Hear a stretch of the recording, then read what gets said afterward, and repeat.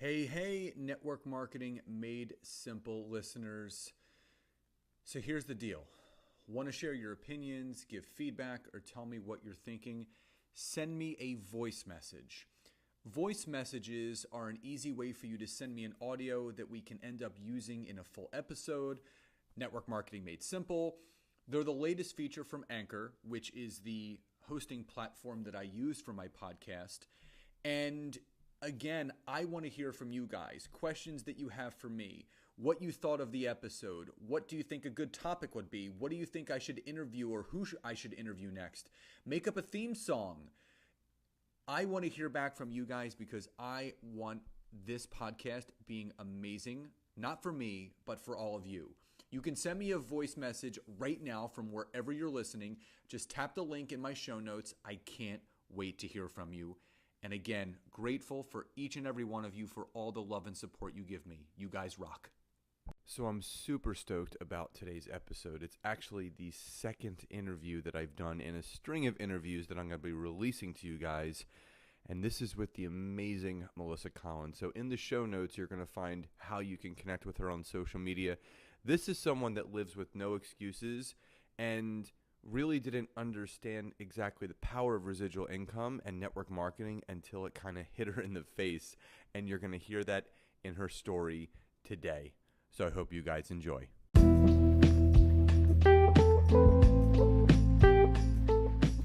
Welcome to the Network Marketing Made Simple podcast. I am Scott Arent, and each and every week I am going to come to you with simple, short, and powerful tactics and tips on what you can do each day, each week, each month, and each year to grow your network marketing business, income, and team. And just remember, network marketing is not easy, but it can be made easy with simple steps to bring you the success that you truly deserve.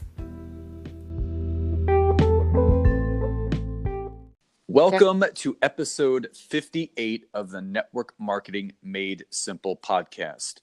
If you're a new listener, welcome. And if you are a returning listener, welcome back. And as always, before we get into today's amazing podcast, if you are a new network marketer or even a seasoned network marketer, and you have spent most or all of your time building your business through Facebook and Instagram, and you don't yet know how to optimize and monetize LinkedIn for your business, then head over to my website, www.scottarent.net. Schedule a free 15-minute discovery call with me where I can learn more about you, your business, where your struggles are, and how we could potentially work together. So, in today's incredible episode, this is another interview with another amazing business builder. And as you heard in the pre-show bio, Melissa Collins is someone who has become a very close friend of mine. What I love about Melissa is she is no BS. She tells it exactly how it is. She does not run an adult daycare center because she actually has daycare centers for children, not adults. But that's a whole other conversation. So again, the point of this interview is to interview all of these top leaders that have all found different ways and methodologies to create the income and create the life that they've truly wanted to create for themselves, their families, and their legacies. So instead of me do the talking, I'm going to do the listening. So Melissa Collins, welcome to today's episode. Absolutely. So I'm going to turn it to you. So for the listeners that are new to this podcast or my returning listeners that aren't familiar with Melissa Collins, who are you and how did you get into network marketing? Oh boy, how much take whatever time you could do the abridged version or just go all in. The time is yours. Okay. So I am a self-described serial entrepreneur. I know you've heard me say that over and over again. I, for the majority of my life, have either owned my own businesses, run my own businesses, built them from scratch. I've owned a lot of brick and mortar businesses. And so about 4 years ago now, 3.5 years ago, I actually just needed to lose some weight. That's really how I got into network marketing. It was a product. I think that's a pretty similar story I hear with a lot of network marketers. They start with a product. fell in love with the product, had zero interest in the business, zero, nothing, was incredibly resistant, did nothing with it for a year. For a very long time, I didn't even tell anybody what I was using because I had this weird thing about, I just want to be one of those people that was capable of making my body look like this all by myself. I am not one of those people. And, and then, you know, I had shared with just a few people, you know, my mom, my sister, people that are very close to me that wanted the same thing I had. I share a health and wellness product, and I was the worst health coach on the planet. It kind of went like this. Oh, you want this stuff? Great. Give me a credit card.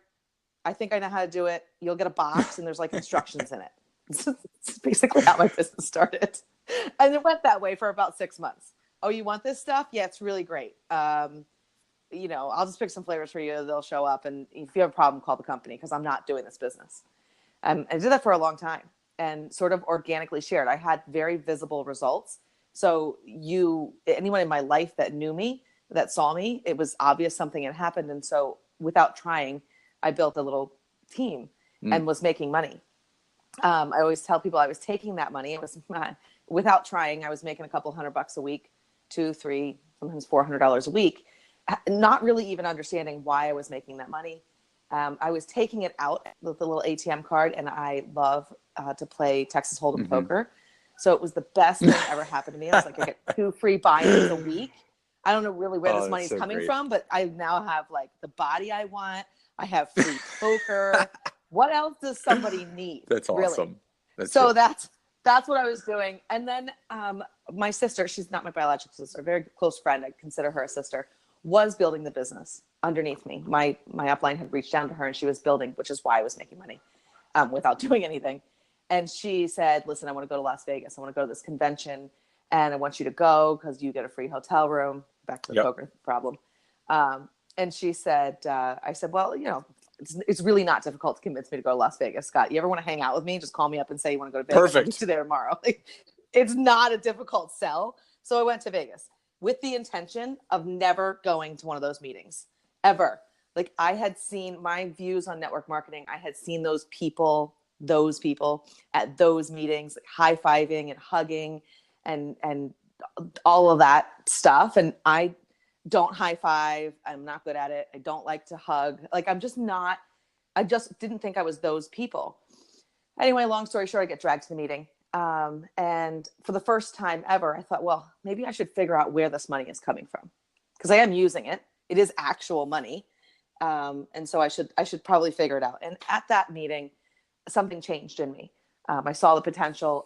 I may be a little daft, but do and always have been able to acknowledge and recognize an opportunity when I see one. And so I left that with a tiny little glimmer of hope that like maybe this actually could work. I did nothing. I put no effort in and I'm making money. What would happen if I put 10% effort in? That was day 1 of the meeting. Day 2, I was like, well, what would happen if I put 20% effort in? So by day 3 of the meeting, I left and I'm like, I'm going to put 80% effort in and just see what happens. So I did. I came home and I said to my fiance at the time, my wife now, I'm going to replace your salary. I hate your boss. I just don't like her. And I don't like that she tells me when we can travel. So she laughed at me like a lot and said, okay. I mean, she's always been supportive, but she thought that was funny. She was like, that's great. Let me know when it happens. Give me a call. So and that was August of 2017. Stacey quit her job in October of 2017. I didn't give it 80%. I gave it about 180 because I really wanted her to leave her job. And it's been that alone, forget about all the other things that came after that. That alone has been a huge gift in our lives. I mean, we spend every day together. We do whatever we want, when we want, with who we want, like how we want. And I that sounds so cliche coming out of my mouth. And if I had heard that, and I did hear that 4 years ago from somebody, I would have thought that was cliche and silly. But now that I live it, it's so real and it's such a gift in my life. You know, I don't miss anything ever. It's real. And that's what, so it's funny that you say that. I shared this on another podcast and an interview that I actually did yesterday on another podcast. And it's so funny because I remember I was prospecting someone on LinkedIn a couple of years ago, and they were a chiropractor. And I was going through my normal spiel, just connecting with them, and we were sharing stories. And, I offered them the opportunity to join my network marketing team. And they said to me, they're like, Scott, isn't network marketing illegal? And I said, I said, what do you mean illegal? Well, aren't they like, they're Ponzi schemes and pyramids like Enron, right? And I'm like, if they are, none of these companies would exist. Like, have you ever heard of Tupperware? Right. Have you ever heard of Avon? Have you ever heard of Cutco? And she's like, yeah. I'm like, those are all network marketing companies. And I said, who's told you that network marketing is illegal? And she was like, some of my friends. And I'm like, oh, so you have some friends that do network marketing? And she's like, no, they just heard it was. I said, so let me ask you this. You're more willing to believe friends of yours that have never done network marketing that it's illegal, instead of talking to someone within your industry in the wellness profession that's made multiple six figures in their career? And she goes, that's a good point. She ended up, quote unquote, having to think about it. But you're right. Like, everyone has that story. I remember going to my first event, and it was in Arizona in 2013. And I don't know if I ever shared this with you, but just like you, because I wanted to replace my income really, really bad. I said yes May 15th. So almost 6 years ago. And the crazy thing was, it took me about 3 weeks to enroll my first person, because I remember being on the phone with people for literally an hour trying to convince them to jump in. And this was before I knew the value of getting a headset for your phone. So I had my phone pressed against my ear for hours a day, and my earlobes were sore. That's how long I was talking to these people. And so here's how crazy it is. So once I closed my first sale, once you get that first taste, I'm like, I could totally do this. And so, believe it or not, between June 10th and September 30th, I enrolled 128 people. My best month, I enrolled 48 people in 30 days. So I went out to this event in Arizona, and Susan Sly, who you and I both know, she comes up to me and she goes, "Are you Scott Arent?" And literally, I'm like, "Yeah." And she goes, "We need to talk." And so we went up, myself and my enrolling sponsor and my biggest builder at the time. We went up to her suite, and she sat down and she goes, "How did you enroll 128 people in 90 days? I said, "I just talked to people." And I remember going to this luncheon where I was invited to, where they were doing the top enrollers. And so they got to the point where they were announcing the top enrollers in the room. So they were like, just this, that, or the other. And Susan jumps up and she goes, no. Go over the numbers. So Max Larson, who was, before he left for Australia, he was still in the US with us. He goes, for all the people that enrolled 10 people in a month, stand up. And everyone stood up, because the luncheon was for people that enrolled 10 people in a month. And then he said, for all the people that enrolled 20, stand up. And a bunch of people sat down. 30, a bunch more sat down. And then he goes, 35. And there was a room of about 200 people. And there was only 3 people standing. Myself, my number one builder, and JJ Bearden. And then Max said, 40 people? And everyone sat down except for me. And I remember him running over, and he gave me the phone. He goes, how did you enroll? And he goes, how many people did you enroll? I said, 48. And I remember Eric Coover was gasping. He's like, 48 people? And I remember it was the first time that I've ever had a microphone in my face. And they said, how did you enroll 48 people? And I said, well, it's really easy when you love something, because there's no selling involved when you can speak proudly about how something has benefited you. And, the room started clapping, and it's the truth. And people think there's this big misnomer about network marketing that, you have to be salesy and you're walking down the street with a trench coat with products in it. And you're like, hey, you want some? Hey, you want some? Like it's not what it's about. Like you get paid to connect with people. That's what it is. The more people that you can connect with and build a relationship with, the better business you're going to have. So this leads me to my next question. So even though, wonderful story, because this kind of fell into your lap, but when you decided to go all in to replace, your wife's income first, so you can bring her home with you, what was the biggest challenge that you faced when you went all in? My own self, my own mindset. And it's taken me, we're on almost at year 4 here. And I'm just acknowledging and realizing what that was. I would say like last month, I just sort of figured it out. It was this lack of willingness, or this feeling that I was going to have a temporary fall from grace, or a temporary lack of social, I don't know what the right word is. It's like this, you feel like you're going to be one of those people. People say that a lot. Or like, I don't want people, I've been a professional my whole life. I've been, in the corporate world, I've owned big businesses. People look up to me. I've been a leader in my community. I've run for a public office.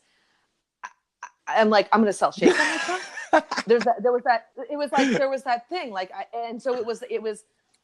and that really does happen. It's an actual real thing, right? There is this sort of temporary moment where people close to my life said to me, what the hell are you doing? What are you actually, what is going on? Like this is weird. And that happens to everybody. And here's the thing. People either get through it and find success or they don't. There is no in between.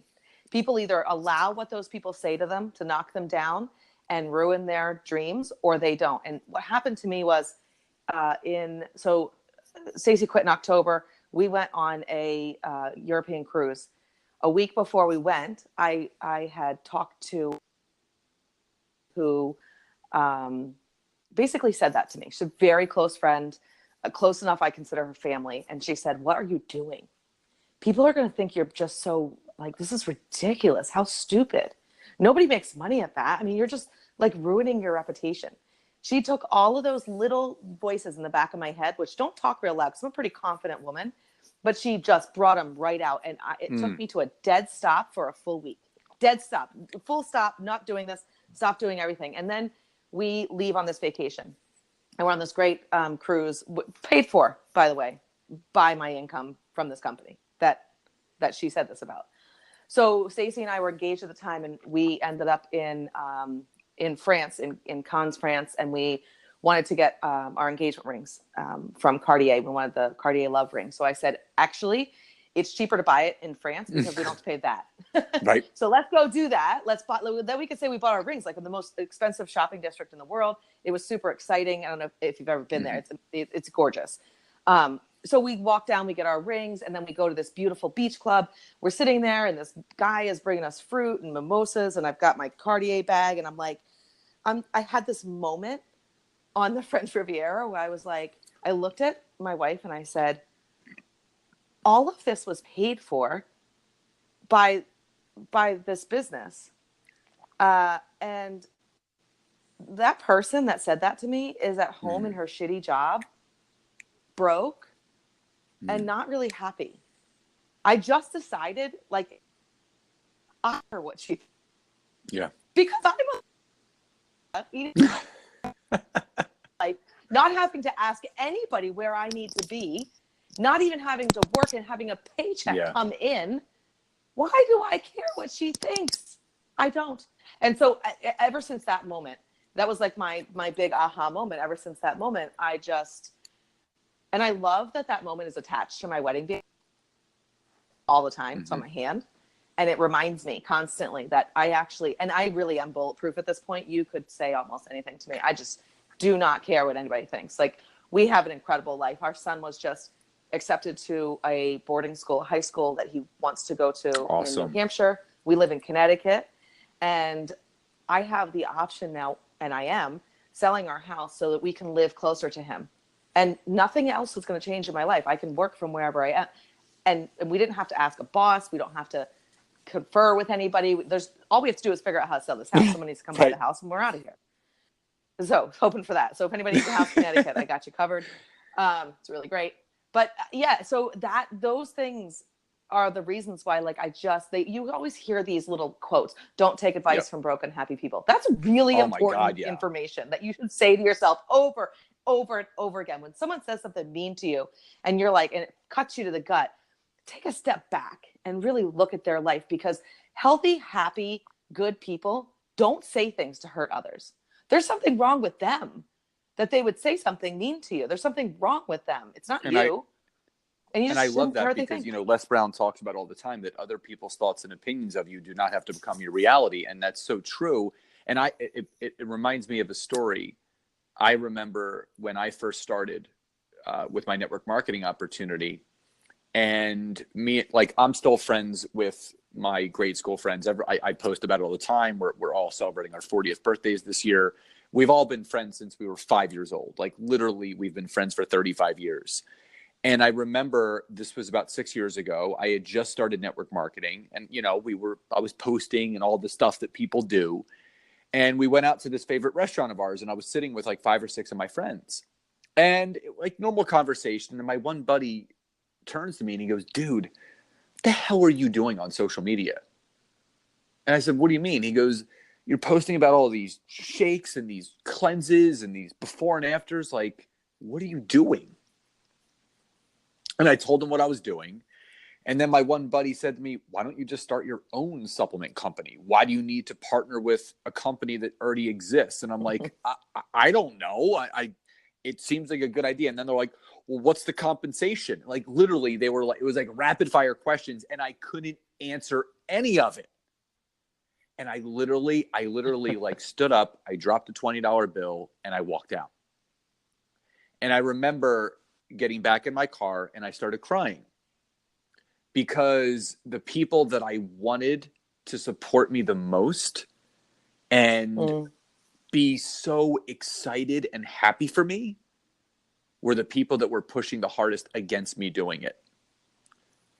Always that way, Scott. Always that way in the beginning. And my dad was like, "What are you doing? This is ridiculous." Like, he was really rough on me in the beginning. And my dad is I'm the best dad. Yeah. He's awesome.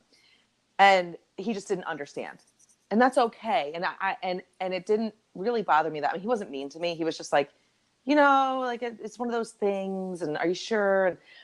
But now, and when I share my victories with him, he's like super proud of me. So people don't know what they don't know. And it's so valuable to learn the skill of just giving them some grace and just feeling empathy for them, because frankly, I just, and this is going to sound I don't know if it's going to sound awful or conceited or what, but like, I feel empathy for you because I have an incredible life and I love every single day. And every day I watch you post on Facebook that you're tired, you worked 80 hours, you didn't see your kids, you missed a game. You can't tell me that you can't say anything bad about my network marketing company when you're posting those things. I'm sorry. That's my definition of crazy. I mean, you're working 40, 50, 60, 80 hours a week. You're still broke. You can't make a $300 decision, and you can't even make it to your kid's game. I just can't take your advice. But I think what people need to understand that are hearing this, obviously they're hearing 2 great stories right here. So if you're listening to this, you're not alone. Your family and your friends will reject this opportunity. But just when you realize that it's normal and it's okay, you have to keep going. Like, and I talk about this on social media all the time, that there are millions upon millions of ways of how to succeed. And there's only one way to fail, and that's to quit. And if you don't quit, you're going to find a way of how to succeed. So, kudos to you for continue to keep going no matter what. And I think, that's what this is all about. It's being resourceful, it's being resilient, and, it's never stopping in what you're looking to achieve, which brings me to my next question. So when you do have someone that wants to build, so, I say, "Melissa, okay, let's do this. Let's run." What's your typical onboarding process with your team as far as setting that person up for success? So what could one expect when they're starting to build this business? Yeah. on my team with me. So here's what I learned about network marketing that I extrapolated from all my years of brick and mortar. When I came into network marketing, I felt very confused, right? I'm a hard worker, Scott. I am a hard worker. I have done things and worked hundreds and hundreds of hours a week to build stuff. If I really want something, I am going to do it if it kills me. It's just who I am. So when I decided to go all in with this, I was like up Monday morning at 5 a.m. in my office. I'm like, all right, what do I do? I'm here. I'm ready to work. I'm willing to work 20 hours a day. What do I do? And there was not a clear path. So I listened to podcasts. I watched trainings. I did all the things. And it was like, it just wasn't clear enough for me. And so I've designed a program called Project Freedom. And on my team, I run that every 3 months. So when it's a very intensive, because I feel like there needs to be a 3-month training program. That's what it takes. And it's a very intensive training. People sign up for it. There's a bunch of requirements. Like you have to be signed up for an event. You have to stay at a minimum order. You have to commit to this for 3 months. You have to make it to our meetings. And like you said in the beginning, like I don't baby people. So you commit to show up to the meetings. If you don't show up, you're out. Bye. Build on your own. Like come on. If we're running together, then we're running together. I show up sick. I show up with my hair messy. I show up when I show up. So, and that's the biggest thing in network marketing, I think, is the ability to show up, because sometimes you don't want to show up, right? I had a meeting last night. I had the longest day yesterday. I was exhausted. I did not want to show up. I put my comfy clothes on, make myself feel better, made a cup of tea, and I showed up anyway.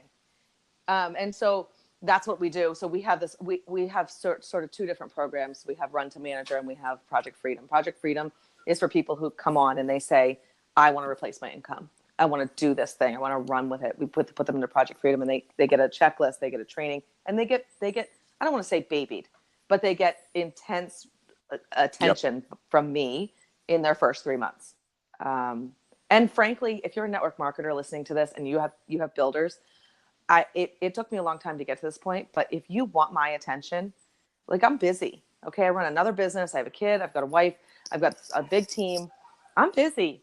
If you want my attention, you need to show that through actions. Like people don't get, you just don't get on the phone with me automatically because you're in my downline. I'm sorry, but you'll have to call someone else if you're not actually willing to do the work.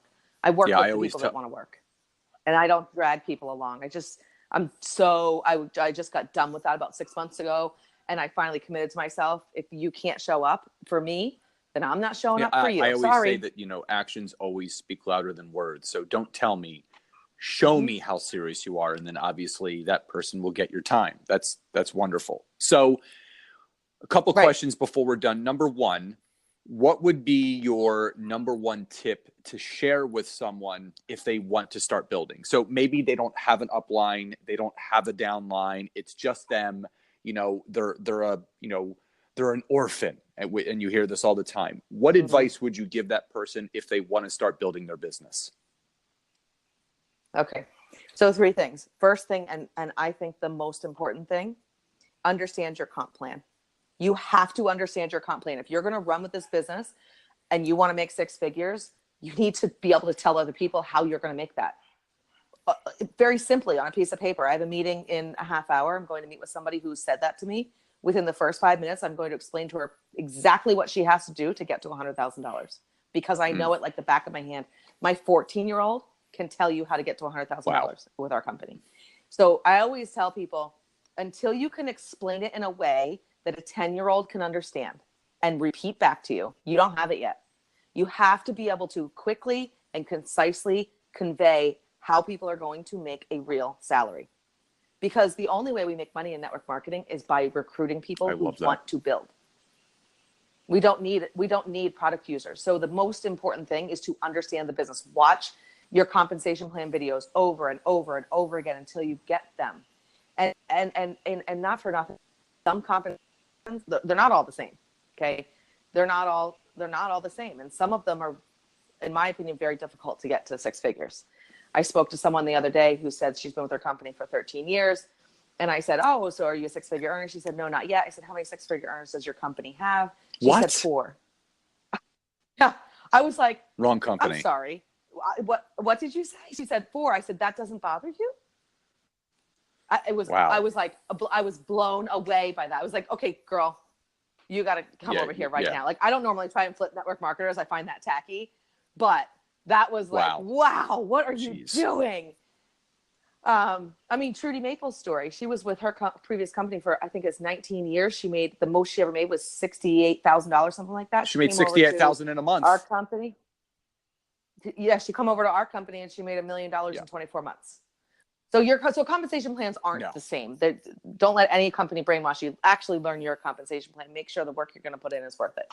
And then if you don't have an upline, so I don't really work very closely with mine, and I like them. They're nice, but find a sideline. Find somebody else in your company that you can run with. They don't have to be financially connected with you to run together. We're doing a virtual event Monday with a sideline. We have no financial connection, but we've decided to pair up and join forces and put both of our energies into it. That's powerful. Find somebody that you connect with, that you like, that has your same style and is ready to run. I love that. And again, I think this brings me to my last question, but the companies always want product users, but if you're going to build a business, you want business builders, which brings me to my last question. In your, almost 2+ years of being a professional network marketer, what has been the best thing for you in finding new business-minded people to build the business with you? Well, you know that you answer that question. And it's so funny. I did an interview before, and it wasn't a loaded question because it's people have different answers. So can you say that one more time? No. It's that question. It's LinkedIn. I mean, it is LinkedIn. Without, there's no hesitation. It is 100% LinkedIn. First of all, my biggest business builders, I did not know. They were not my friends and family. They were not people in my network. They're not people on my Facebook. They're not people on my Instagram. They're not people at my coffee shop. They're not somebody I bumped into. They're people from LinkedIn because, and I talk to a lot of people. Here's the problem. I don't want to say the problem with LinkedIn. Here's what I think happens to people when they start using LinkedIn. And I think you told me this, or you may have said this before. LinkedIn's like deep sea fishing. Okay. Facebook and warm market is kind of like fishing in a very small pond where you can see the fish and you like aim at them. LinkedIn isn't like that. A lot of people, but I've gotten really good at talking to them quickly. So I talk to 5 or 6 people a day that I meet on LinkedIn, and they're 15-minute conversations unless it's something I want to continue. So I had a 45-minute conversation last week with a gentleman who I predict you're going to know his name. He is going to be absolutely amazing. I cannot wait to get him going. But so I will continue a conversation for an incredible human being. But for the most part, I get right to it. I don't beat around the bush. There's no secret way in. I'm like, this is network marketing. This is what that means. Are you interested in continuing the conversation? Okay, great. You are? Then let me tell you my story. I don't even tell you my story unless we get past that. So if you have some weird, I don't want to convince you network marketing is good. If you're not open-minded, you're not my people. And I'm just totally okay with that. I don't want to waste my time on people who think network marketing is illegal. But okay, bye. Call me when you're more desperate, because you're obviously not in pain enough to actually be open-minded to other opportunities. Another way to look at it is that I heard recently is that Facebook and Instagram are like barbecues where people go to hang out, to catch up, to talk about school and kids and family and have a drink or two. And then LinkedIn is a global networking event. Every day you log on, there's something going on to network. And that's why people love it so much. When you say to somebody on Facebook, would you like to get on a 15-minute discovery call? What are you trying to sell me? Right. Wait, a phone call? Can you just text me a link? On LinkedIn, when you say, would you like to get on a 15-minute discovery call? They're like, morning or afternoon. Right. I send messages to people. They're like, would love to talk. Here's my number. Let me know when's good for you. I'm like, did that just really happen?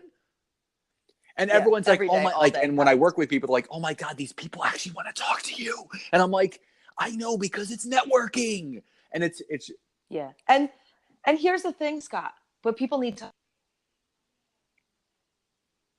You might get some good value out of those people. You might be able to give them something and they may never enroll, but you are going to find people eventually. And in the beginning, terrible at LinkedIn calls, terrible. It's embarrassing to think about, but I had to be willing to at it, stuttering, nervous, saying stupid things, freaking people out. I had to get through those people. this. Like there's no other way you're going to get good at it. There's no other way you're getting good at this. Yeah, you have to fail forward. All right. So before we sign off, how can people find you on social media? And I know you have your own podcast where people can learn more about you and what you do. So if you could, how can my listeners find you on social media, and how can they find your podcast? Sure. So on social media, I'm Melissa Collins on Facebook and Instagram and LinkedIn. And I have a website where you can get directly a hold of me. It's www.awaken1.net. And then your podcast? Well, I don't really know how to direct you to that quite yet. I can send you a Okay. link. Yeah, send me a link and I can put it in the show notes where people can listen to some of the episodes. Cool. Well, then hopefully they'll listen to your episode. Thank you. I appreciate that. But above all else, I appreciate you. I appreciate the friendship that we've developed over the last year and a half, almost 2 years now. And you're such a servant leader and what I love about you is that you're no BS, but at the same time, you're no BS because you truly see the value of this opportunity, and you see the value that every person brings to the marketplace. And not even that people, just like you said, end up standing in their own ways. And you've created a system where you can literally set people up for success. And I think that's what a true leader does. And I just wanted to wish you just all the best, continued success, just grateful for your time, your energy, and what you've given to this episode. So thank you so much for being here today. Thanks, Scott. I appreciate you too. Oh, absolutely. So guys, again, thank you so much for joining me today. And again, just remember, network marketing is not simple, but you can take and make simple steps each day to bring the success that you truly deserve. So everyone, please enjoy the rest of your day, and I'll talk to you next time. Bye-bye, everybody.